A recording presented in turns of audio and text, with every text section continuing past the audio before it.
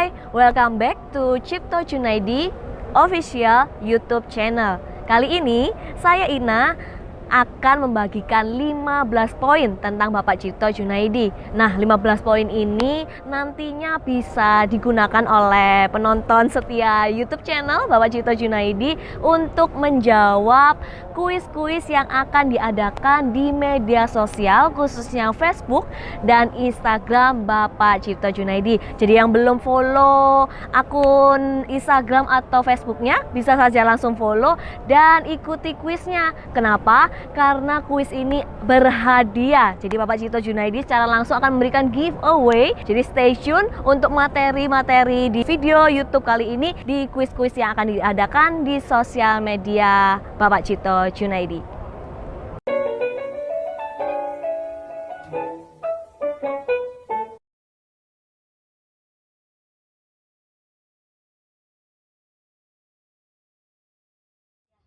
Langsung ke poin yang pertama ya Pak.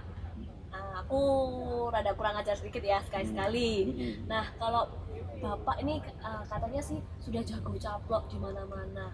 Nah, sudah pernah kasih rumah belum Pak ke orang-orang yang membutuhkan? Rumah gratis maksudnya? Iya, Wah, itu dong. Itu enggak usah kamu tanya, sudah dari 10 tahun lalu sudah saya kerjakan. Jadi kira-kira tahun 2010, tahun 2009, sejak 10 tahun lalu sudah saya kerjakan. Waktu itu ada di Cirebon ada pegawai dinas pendidikan. Itu mereka pulang kerja 2 orang lalu dirampok, terus mati, terbunuh oleh perampoknya akhirnya ketangkep, jadi meninggalkan keluarga masing-masing tentunya. Ya, itu akhirnya terus saya membaca koran itu, saya bergerak waktu itu, terus saya berikan rumah gratis kepada mereka. Terus sebagian dari mereka mintanya diuangkan karena kan lebih butuh uangnya, ya saya kasih dalam bentuk uang. Lalu pernah lagi juga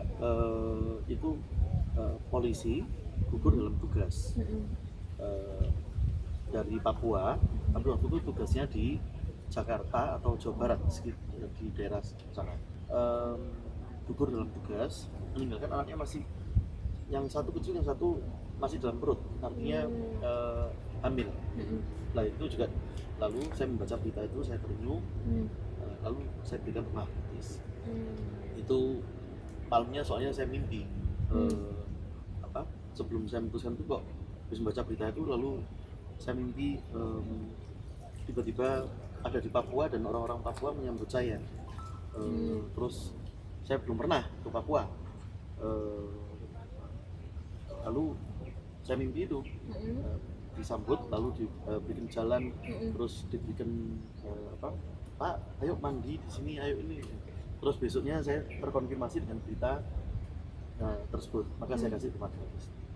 Itu diliput juga di koran. Waktu itu saya juga bersama acaranya dengan Jawa Pos, juga dengan Kompas, diliput. Waktu itu di gedungnya yang satu di gedungnya Kompas, yang satu di gedungnya Jawa Pos Jakarta.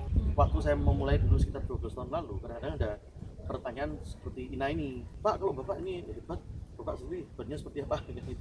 Ya ini saya ketawa ngakak, tapi ya kan nggak perlu saya memamer-pamerkan, tapi karena ditanya saya harus menjawab tegas supaya orang mengerti tentang bahwa betul itu kalau dokter jantung harus memahami tentang jantung, dan itu artinya harus betul-betul dia spesialis master misalnya. Kenapa? Itu kalau mau ngukur guru, ngukur muridnya. Gitu. Dan murid-murid saya juga niru ngasih rumah gratis dari situ. Jadi teladan yang itu baik. menjadi rutinitas. Iya.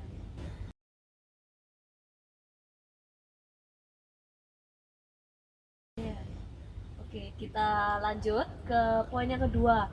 Kalau misalnya nih tadi kan Bapak ngomong sudah caplok. Nah, saya sih bisa jadi kan orang-orang di luar sana berpikiran paling caploknya tanah-tanah kecil. Nah, sudah caplok apa aja sih Pak? Maksudnya sekelas seperti apa kayak gitu? Kan saya ajari kalau murid itu 3 kata pun.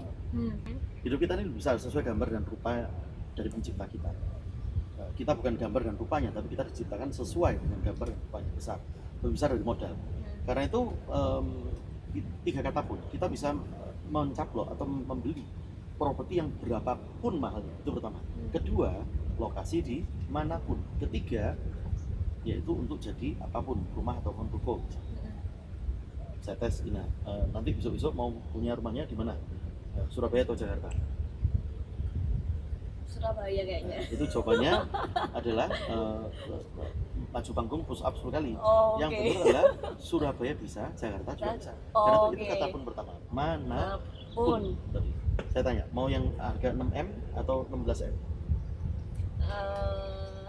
Harusnya sih 16M ya, Nah, Pak. itulah kata pun yang kedua. Yaitu Oh, berapapun yang harganya. 6M bisa, 16M bisa, 60 miliar juga Juga bisa. Karena hidupmu besar, tidak boleh kita mencela diri sendiri. Kalau 60M pasti nggak mampu, 16M nggak mampu gitu. Lalu ketiga, nanti kalau sudah punya, enak jadikan rumah atau ruko? Rumah mungkin. Rumah. Nah, itulah kata pun ketiga ini, yaitu Oh. jadi apa Oh, apa? Oke, Nah, itu kata 3 pun ya. ketiga. Karena itu saya juga memberi contoh ke murid-murid juga kan. Yang paling mahal-mahal dari developer yang terbesar di Indonesia, itu saya banyak memiliki barang-barang yang paling premium milik mereka. Siapa 5 developer paling terkenal, paling besar? Dilihat dari kacamata jumlah tower, paling besar itu Agung Podo, paling banyak.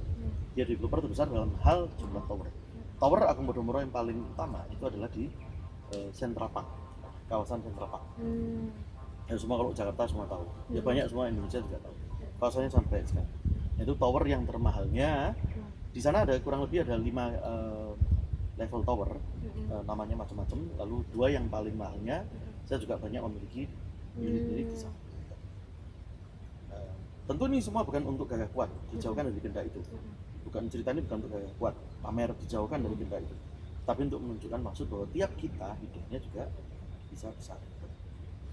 Lalu developer yang besar dari kacamata public listed yang terbesar, bukan jumlah tower, tapi public listed, itu adalah Lipo Group. Nah, Lipo Group itu adalah TBK yang terbesar, TBK terbuka. Nah, dia membuat tower yang kelas kondo, yang kelas dunia, itu ada kolam renangnya. Nah, kalau kondo ada kolam renangnya semua biasa, tapi ini per satu unit itu masing-masing ada kolam renang. Per satu unit itu namanya St. Maurice. Nah, di St. Maurice itu juga ada 6 kelas tower. Nah, 2 kelas termahalnya itu ada yang mereka akan kasih namanya beberapa, saya tidak ingat detailnya. Itu 2 kelas termahalnya itu saya juga memiliki di sana. Karena itu saya mencontohkan tiap orang bahwa tidak boleh mulut kita ini suka minder lalu mencela diri sendiri. Dan tiap kita bisa. Ya, tapi tentu harus rendah hati untuk belajar. Lalu ketiga, developer dari kacamata yang land bank yang terbanyak, jumlah tanah terbanyak, itu adalah Sinarmas Group. Nah, Sinarmas Group, kalau Jakarta kan cakep, tapi Jakarta penataannya kalau lawan Surabaya, penataannya kalau dari Jakarta secara umum jauh lebih rapi, jauh lebih cantik. Kalau Jakarta yang cantik-cantik, tapi sebelahnya langsung kumuh gitu. Nah, Sinarmas yang di Surabaya itu mereka membuat di daerah Surabaya Barat.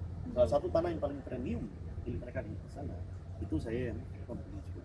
Lalu developer yang dari kacamata yang tadi dari kacamata pertama adalah tower terbanyak, kedua adalah TBK terbesar, lalu ketiga adalah land bank terbanyak. Lalu yang keempat sekarang adalah dengan cabang terbanyak. Developer dengan cabang di mana-mana terbanyak itu Ciputra Group. Cabangnya hampir semua kota ada. Itu Ciputra, tanah yang paling premium ya, yang di Raya Kembar yang lebar jalannya aja sekitar hampir 30 meter, di jalan yang paling premiumnya itu saya memiliki juga beberapa di sana. Semuanya tidak pakai utang, tidak pakai KPR atau apa. Lalu developer yang terbesar dalam arti yaitu tingkat deltanya tertinggi, delta mengerti, delta artinya pertumbuhan, itu adalah Pakuan Group. Pakuan Group itu deltanya begitu cepat, baik. Dia menatanya baik. Saya pernah ada orang-orang yang tempoh hari murid saya waktu lihat, Pak, Pondok Indah cakep, tapi kalau Pondok Indah dibandingkan dengan ini penataannya kalah, Pak. Ya karena memang menatanya jauh lebih cakep di Pakuan. Nah, itu juga tanah-tanah premiumnya mereka itu juga saya memiliki di sana. Jadi cerita ini sekali lagi bukan untuk pamer gagah kuat, hijaukan dan tinggal, tapi untuk menunjukkan bahwa tiap kita itu hidupnya besar. Bahwa ada orang ngomong, Pak Cipto, kamu bisa membuat buku terus inilah, kamu sendiri apa ini? Lah itu jangan saya, murid yang senior saya aja sudah ketawa duluan. Karena apa? Itu kalau mau ngukur guru ngukur muridnya. Muridnya aja udah punya tanah golf, lagi mana gurunya. Nah itu kira-kira.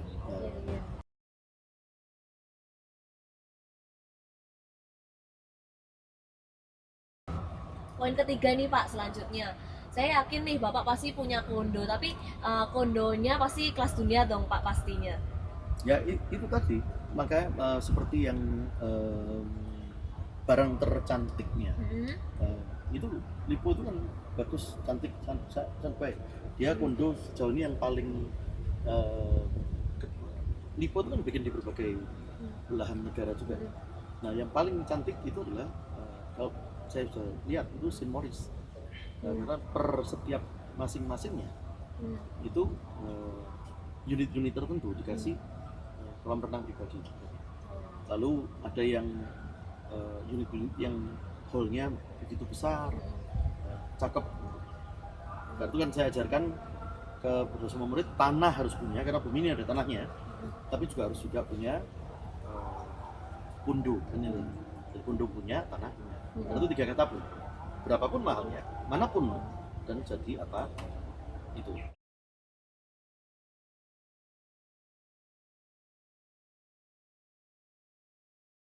Oke, poin keempat ya ini ya. Itu tadi kan Bapak sempat membahas murid-murid nih. Nah, bisa ceritakan sedikit nggak sih murid-murid Bapaknya gimana? Apa yang sudah diraih oleh mereka? Prestasinya seperti apa? Kalau lihat gurunya seperti ini, muridnya harusnya lebih mantap-mantap. Saya tentu badan saya cuma satu. Saya nggak bisa membantu semua orang di dunia, membantu semua murid. Tapi tentu mereka yang betul mau rendah hati belajar, maka mereka mengerti ketulusan, mengerti memberi kemudahan, mengerti kata-kata dalam kebaikan terjadi pelipat gandaan, mengerti kata-kata itu, dan saya ajarkan secara dalam, maka mereka terus menapak naik tinggi. Karena itu kadang kalau ada orang baru kenal terus tanya, Pak Cito sendiri sudah bisa caplok apa? Itu tadi yang saya bilang. Murid senior saya yang ketawa, kata mereka apa? Lu kalau mau ngukur Pak Guru harus ngukur muridnya aja udah nyaplok nyatanya. Nah, murid-murid saya sudah bertebaran, diliput juga berbagai orang terkenal, majalah yang terkenal, juga sudah melanjutkan berbagai proyek kompleks perumahan, kompleks ruko, berbagai kota. Karena itu ini kan tahun ke-12 saya, jadi ya sudah banyak.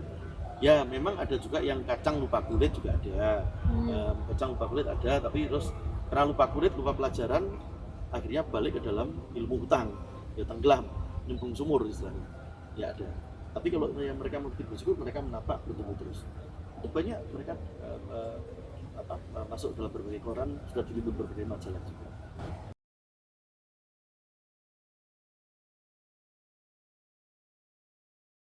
Oke, poin yang kelima, Bapak punya murid, Bapak mengajarkan pengajaran untuk orang memiliki properti tanpa modal. Nah, kalau tanpa modal kan mungkin bisa jadi jatuhnya ke pakai utang, Pak. Itu gimana? Betul. Kurang lebih 10 tahun lalu. Ini kan plan saya tahun 2012. 10 tahun lalu itu jamak sekali di Indonesia mereka yang menggunakan jurus utang, pakai utang. Karena itu mereka punya pikiran begini, beli rumah tidak keluar uang malah dapat uang. Nah, kata-kata ini bagus sekali. Beli rumah tidak keluar uang malah dapat uang. Tapi buntutnya lupa. Yaitu Pak, beli rumah tidak keluar uang malah dapat uang. Ternyata pakai utang. Kan utang kelirunya apa? Bayarnya pasti, sumbernya tidak pasti. Kalau pakai utang itu bukan uang gratis, uang yang harus dikembalikan. Itu kewajiban. Belum bunganya lagi, belum biaya macam-macamnya lagi. Jadi saya sejak dari awal konsisten di garis, yaitu Pak, mengajarkan sesuai apa yang dikehendaki di atas. Hidup kita cuma satu kali. Karena itu berikan contoh untuk anak cucu supaya kita menjadi teladan, anak cucu kita turun temurun tidak pernah berhutang. Karena itu titik tekan saya dua, hidup lebih besar dari modal, itu pertama. Yang kedua adalah jadi teladan tanpa utang. Kalau disingkatkan, tanpa modal, tanpa utang. Kenapa tanpa modal? Karena hidup kita lebih besar dari modal. Kenapa tanpa utang? Karena itu perintah, kita diminta untuk memberi contoh untuk anak cucu supaya anak cucu kita turun-temurun tidak berhutang. Karena itu banyak kalau orang yang jurusnya cuma beli rumah tidak keluar uang malah dapat uang, malah akhirnya bangkrut gara-gara sumbernya pakai utang. Tapi seluruh murid saya yang betul nurut sampai hari ini sedikit pun tidak ada mereka yang satu dari mereka menggunakan utang modal apapun. Karena itu mesti pastikan dua hal itu, karena dua hal itu juga perintah.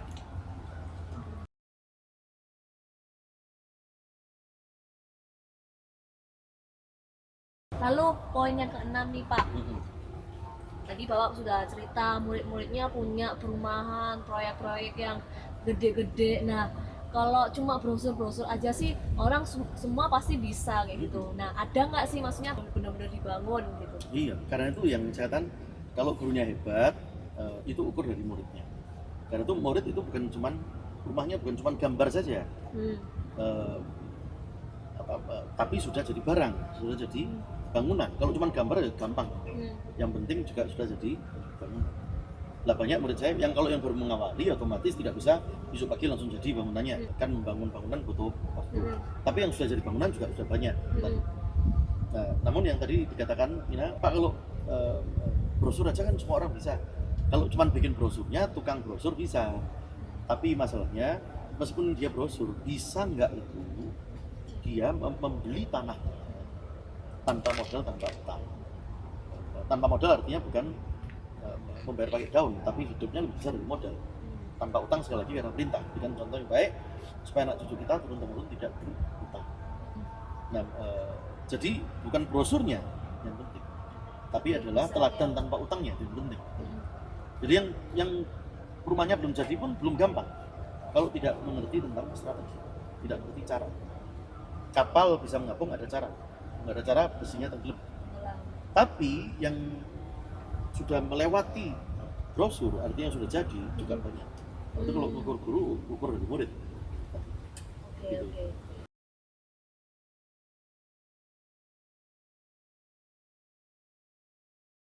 Untuk poin yang ketujuh, kira-kira nih, bukan kira-kira lagi sih, pasti Bapak tahu ya, kisaran tanah yang sudah dicapai sama murid-murid tuh sekelas berapa sih?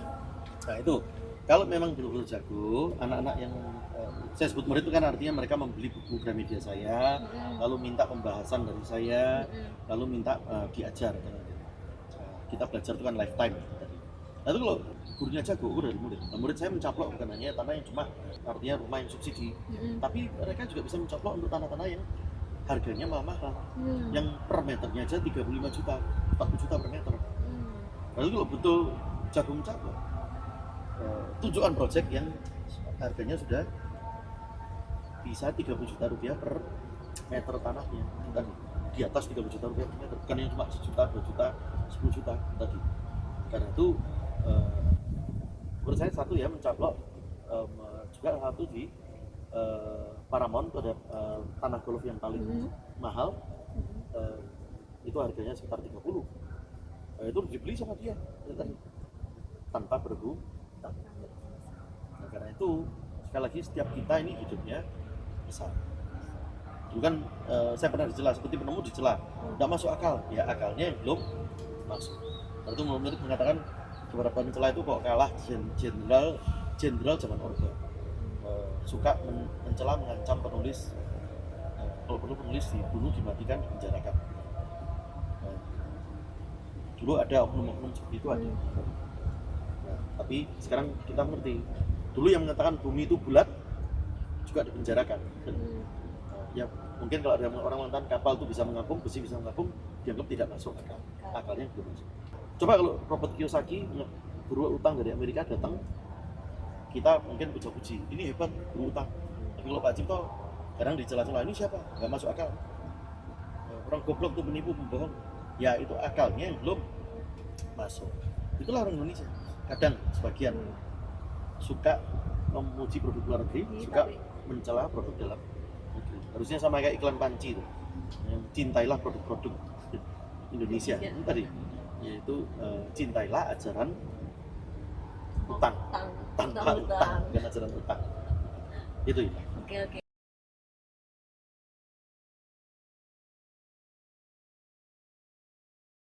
Untuk poin ke-8, tadi Bapak sudah cerita tentang murid-muridnya. Nah, dapat penghargaan, pernah nggak sih dapat penghargaan nasional?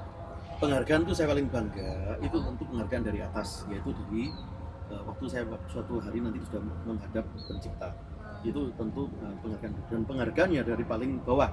Menurut saya beragam, dari yang jenderal juga banyak, dari yang jabatannya tinggi-tinggi juga banyak, anggota DPR pusat, DPR di daerah, dirjen-dirjen banyak, sampai yang paling sederhana, tukang bakso, tukang ojek, ibu rumah tangga. Karena itu saya paling bangga juga mendapat penghargaan dari yang paling bawah.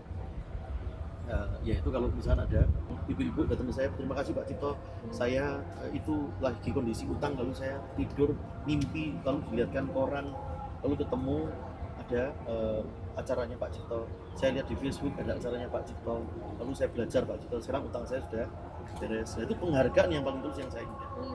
Nah, tapi kalau Ina tadi bertanya penghargaan formal, saya pernah mendapat penghargaan juga dari rekor dunia muri. Saya baru tahu kalau muri itu punya rekor dunia. Saya kira cuma punya rekor nasional. Saya tanya dikasih rekor sebagai apa? Sebagai pelopor, sebagai penulis buku tentang strategi membeli properti tanpa utang, tanpa modal. Nah, saya senang dikasih seperti itu, senang bukan karena dapat piala, bukan, karena berarti apa tenggorokan jebol saya ini ibaratnya mengajar kepada itu satu garis lurus dengan apa yang dikehendaki di atas. Kita dikehendaki hidup cuma sekali, beri contoh yang baik untuk anak cucu supaya anak cucu kita tidak berhutang. Itu salah satu yang formal itu dapat dari itu sudah tahun 2013, sudah dari 7 tahun lalu ya.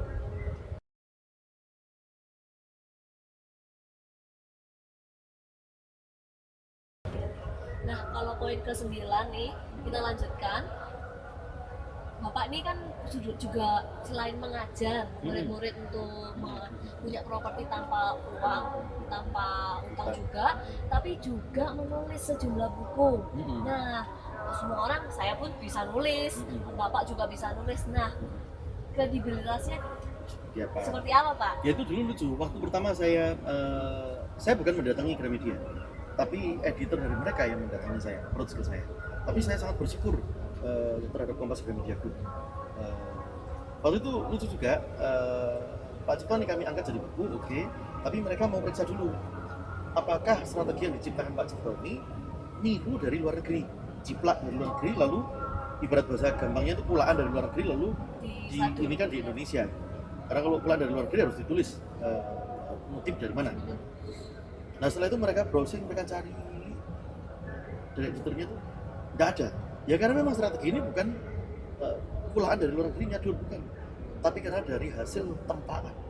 Itu nanti kesempatan lain saya bisa cerita lebih dalam. Saya terbang Jepang 38 kali untuk caplok-mencaplok shareholding korporasi. Lalu saya sering perang dengan perang bukan artinya apa, negosiasi untuk kalau Ina tahu tahun 2000 di mana kurs bengkak, 98 kurs bengkak, lah di situ itu banyak dibutuhkan, itu saya ditempa dari hal-hal seperti itu. Nah karena itu waktu itu Kompas Gramedia Group jadi mereview. Nah setelah itu dicari, di browsing, tahulah bahwa ini betul original. Itu diangkat. Itu sekarang ada sudah 5 seri buku. Lalu mendapat juga mega bestseller. Gramedia itu kalau naruh tulisan mega bestseller tidak boleh sembarang naruh. Tidak boleh cuma promosi-promosi yang dicap cetok, itu tidak boleh. Tapi ada statistiknya, harus mencapai sekian baru disebut mega bestseller. Jadi sejauh ini sudah dengan 5 seri buku saya yang diterbitkan oleh Kompas Gramedia. Saya sangat bersyukur juga karena itu hikmat itu mengubah hidup. Ilmu pengetahuan itu adalah kekuatan. Karena itu kita diciptakan serupa dengan gambar dan rupa dari pencipta kita. Kita diberi hikmat. Karena investasi itu bukan leher ke bawah, itu leher ke atas. Belajar, menuntut ilmu.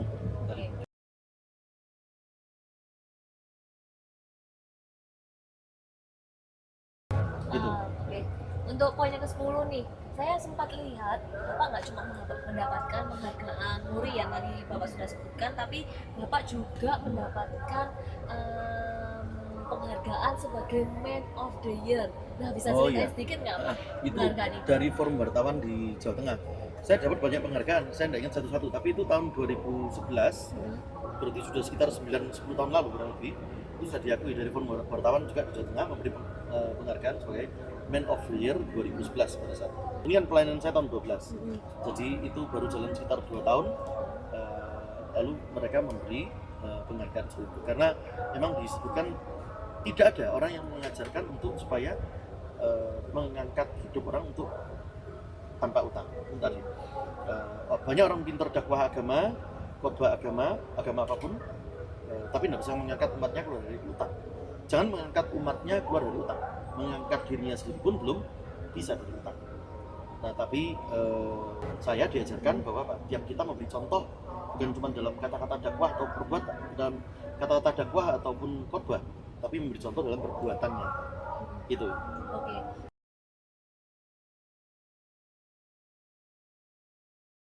Untuk poin ke-11 nih Pak, kalau Bapak tadi ngomong bisa nyaplok di mana aja, nah berarti nggak hanya di Indonesia tapi juga bisa di luar negeri. Iya, Ina tahu luar negeri termahal itu, negara termahal, tanah termahal di dunia ini, Iya. itu di mana? Justru di Singapura. Oh. Orang banyak kira Amerika. Amerika terbangnya lebih jauh, tapi harga tanah lebih murah daripada Singapura. Amerika harga tanah jauh kalah dengan Jakarta, jauh kalah dari Surabaya. Singapura itu terbangnya pendek, tapi harga tanahnya jauh lebih mahal. Coba orang kalau terbang Amerika sama terbang Singapura, yang terbang Amerika kan suka lalu ngomong, alah kamu cuma terbang Singapura aja, apa hebatnya? Gua terbang lebih jauh, lebih keren. Ini salah pikirannya. Amerika lebih jauh tapi harga tanahnya lebih murah. Singapura harga tanah jauh sangat lebih mahal. Nah itu saya sudah gelombang keempat membawa sekian murid untuk belajar supaya bisa membeli di negara manapun. Tentu itu hukumnya kan ada beda. Artinya hukum detail-detail untuk propertinya kan ada beda. Nah, disesuaikan. Nah, tapi tetap dengan jalur yaitu apa? Sesuai perintah di atas, yaitu hidup kita lebih besar dari modal, tanpa modal dan tanpa utang. Karena perintah, jangan memberi contoh kepada anak cucu tenggelam dalam utang. Nah itu sudah gelombang keempat. Saya ajak sebagian murid untuk terbang ke sana sekitar 3 bulan. Karena itu waktu itu kan saya terinspirasi kalau Pak Soekarno mengatakan kan beri saya 10 atau 11 pemuda, sekian pemuda saya bisa menaklukkan dunia. Nah, saya sangat terinspirasi dari itu. Sebenarnya beri saya sekian pemuda, saya bisa tanda kutip jajah negara itu. Jajah bukan dalam arti semena-mena, bukan. Jajah itu dalam arti kita bisa memiliki secara profesional properti-properti yang di sana. Itu dijadikan kalau perang ekonomi antar negara boleh, ya Pak. Kita bisa rame-rame menyerbu, memiliki di luar sana tanpa harus keluar modal dan tanpa berutang. Tidak masuk akal. Ya, akalnya saja yang belum masuk. Dulu pesawat terbang juga dianggap tidak masuk akal. Besi kok bisa terbang. Gitu.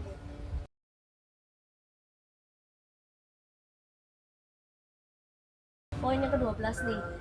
Tadi saya lihat Bapak berani menggebrak dengan mempelopori strategi untuk punya properti tanpa uang, tanpa utang. Nah itu pengalaman apa sih yang membuat Bapak berani menggebrak sesuatu yang mungkin kelihatannya nggak masuk akal?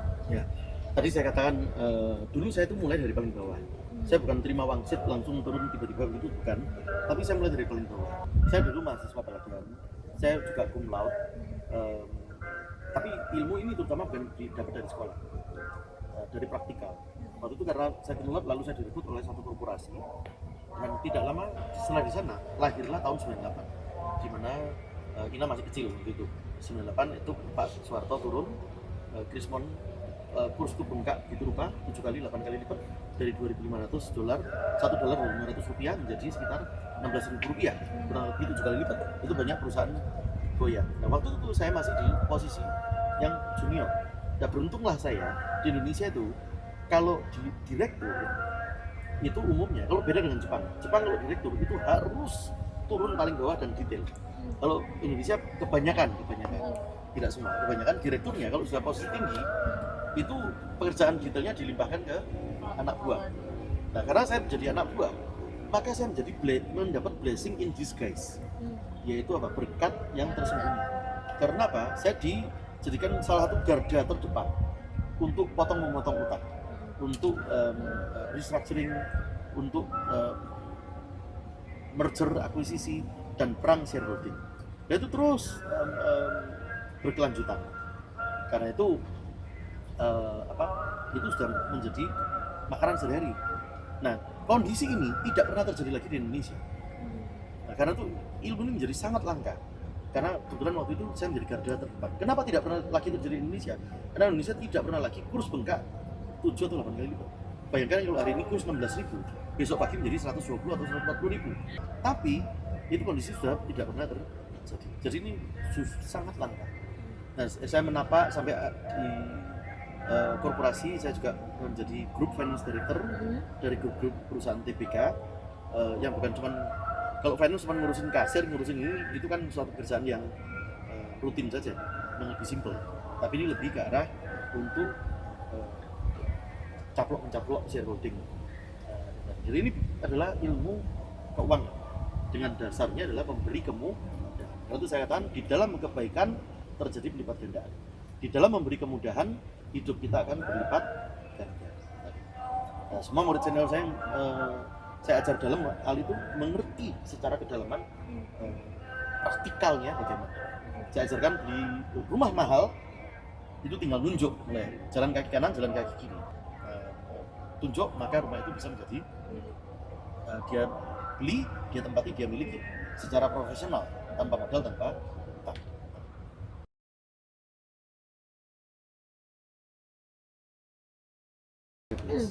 Untuk poin yang ke-13 nih, tadi kita sudah ngobrol, beberapa penghargaan sudah Bapak raih.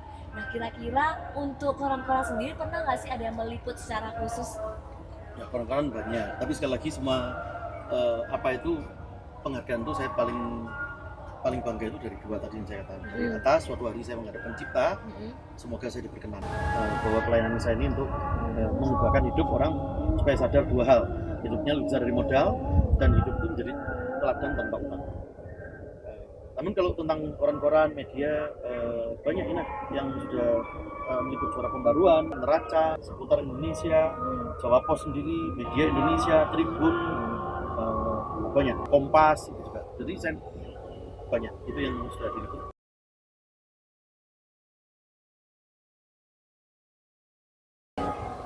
Untuk poin ke-14 nih, penghargaan selain tadi Bapak sebutkan, tadi sudah mendapatkan Muri, Man of the Year, ada penghargaan lain apa saja sih yang sudah Bapak raih selama pelayanan? Penghargaan yang lain ya banyak, tapi saya tidak hafal listnya satu. Nah, di antaranya saya pernah dapat itu ya, yaitu sebagai Entrepreneur of the Year.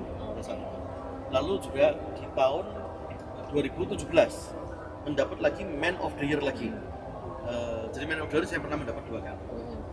Lalu juga saya pernah mendapat penghargaan sebagai pelayan publik terbaik, itu sekitar di tahun 2013-an.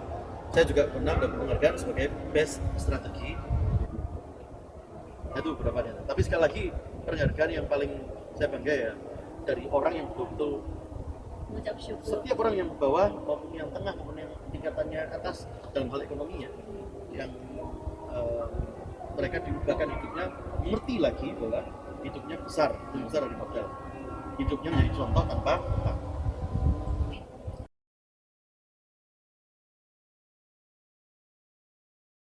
Poin yang ke-15, tadi penghargaannya itu kan Bapak raih mungkin tuh diterima di nasional ya, maksud saya diterima di Indonesia. Nah, ada penghargaan lain mungkin yang mungkin Bapak dapatkan dari internasional.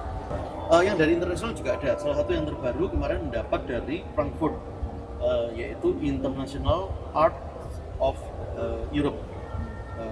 Itu IAE Award, mendapat penghargaan dari situ atas pelayanan mengajar orang banyak untuk menjadi teladan tanpa utang. Karena di dunia itu, di internasional biasanya orang justru yang diukur skor utangnya.